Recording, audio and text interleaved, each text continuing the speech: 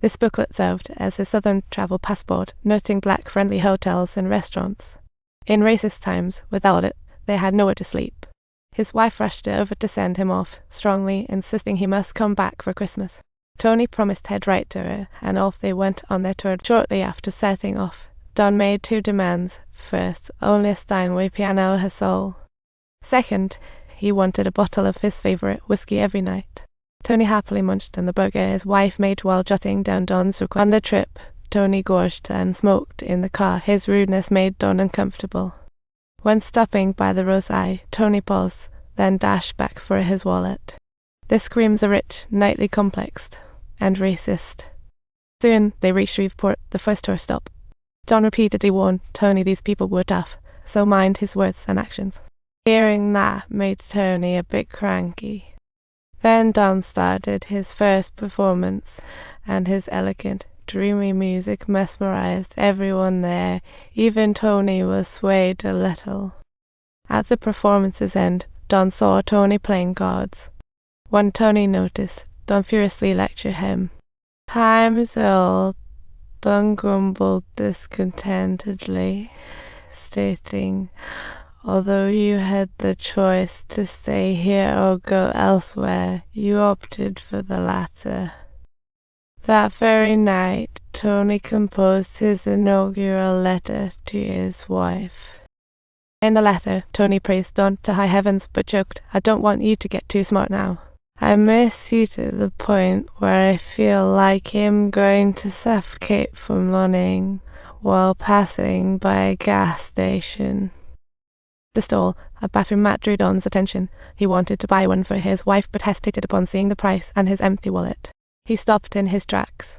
Glancing down, he noticed a bathroom mat on the ground and promptly stuffed it into his pocket. Unbeknownst to him, a witness caught this act. Don was extremely disappointed and demanded Tony return it to the vendor. Tony insisted he found it. Don sternly replied, "If you don't return it, I'm not taking you with me."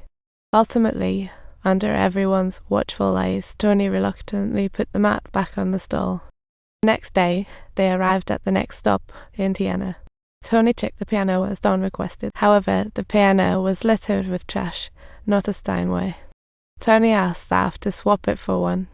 The staff, however, shrugged it off. So Tony resorted to some forceful persuasion to get Don the treatment he deserved.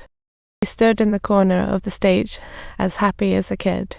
I think at that moment his heart. Subtitles, let go of bias against Don. On the way, they passed a fried chicken shop, and Tony bought a bucket with his assistant's salary. While munching away, he shared the joy of eating fried chicken with Don, even passing him a drumstick. After Tony's relentless persuasion, Don tasted his first fried chicken, made a new friend, and Tony claimed friendship is fried chicken. Yet, as they traveled south, the racism intensified, and they had to stay in different hotels. Don ended up in a shabby motel. Black men invited him to play ball, but he felt out of place and had to make up an excuse to leave. When Tony found Don, he was drunk and badly beaten by whites. Tony demanded his release. The thugs swore constantly and even provoked Tony. Tony, frustrated, put his hand behind his back, mimicking a gun draw. This scared off the thugs, and Tony successfully rescued Don, sternly advising him. Subtitles. He should always bring him along no matter where he goes in order to prevent similar incidents from happening. The show proceeded as planned. During the break, Don was bluffed by the host and directed to a distant makeshift toilet. That's for the black folks. So Tony had to escort Don back to the hotel restroom. After the performance, Tony was puzzled. The white folks treated Don like this. Why would Don still play for those who discriminated against him? If it were him, he would have swung first. Just then, Don's assistant walked over, starting to share stories about Trump, which gave Tony a fresh perspective about Don. At the very moment, he gradually came to understand that earning others' respect wasn't solely about using his fists.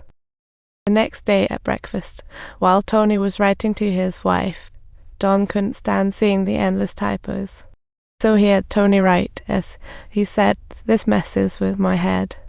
My time and experiences mean nothing to me.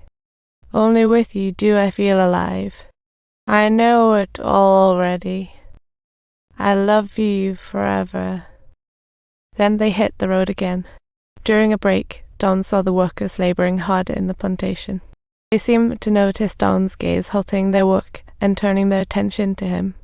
Don appeared pensive, reflecting how, though they were both black, their fates were so different. On their way to the performance, Tony and Don stopped in a suit shop, and the clerk eagerly handed clothes to Tony. However, when Tony passed the clothing to Don, the clerk's demeanor changed in an instant. He quickly snatched the suit from Don's hands, claiming black folks could not try it on. At that moment, Don understood that the guy was also a racist. So, Don left calmly, venting all of his anger and injustice onto the piano.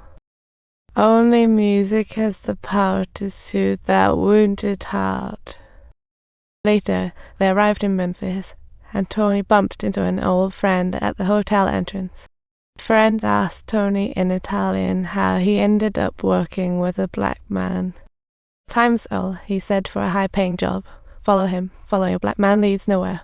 They didn't know that Don actually understood Italian. That evening, Don cornered Tony, insisting on hiring him as his tour assistant and offering a promotion and raise. Looking at Don's innocent expression, Tony chuckled easily, and their bond grew stronger.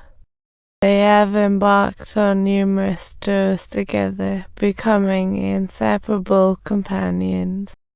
Don't forget to subscribe to my channel.